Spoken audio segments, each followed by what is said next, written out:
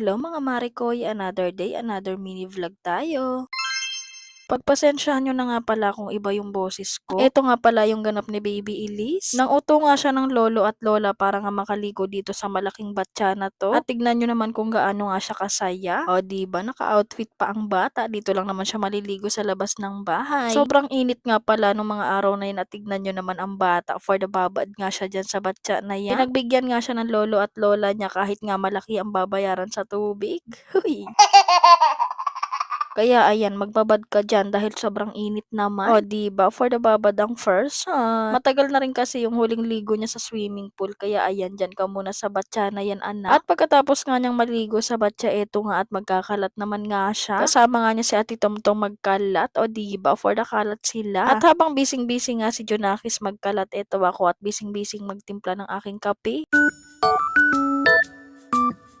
At tignan nyo naman tong Junakis ko na to habang nagvi-video nga ako, panay nga ang singit. Kinuha ko na nga yung thermos para nga malagyan ng tubig mainit itong aking kape. Dahil kaping-kape na nga ang mari nyo. Charot. At sa wakas, eto na nga yung aking kape. At halika, kape tayo. At mga bandang hapon, eto na nga ang aking Junakis. Nakatulog na rin sa wakas. Kaya ayan, medyo tumahimik nga yung paligid. Huy, charot. Napakahimbing na nga ng kanyang tulog nung mga oras na yan. At kinabukasan na nga pala to mga Marikoy. At eto ako at mag-iinit nga ako ng tubig mainit. Magkakapi sana ako kaso walang tubig mainit. Kaya eto nga at nag-init ako. At ayan, nakapagtimpla na nga ang mari nyo. At yung natirang tubig mainit nga, syempre isasalin ko yan dito sa thermos. Para nga mamaya kapag may nagkape, meron na nga tubig mainit. Kaso baka maunahan ko na naman kayo. Charot.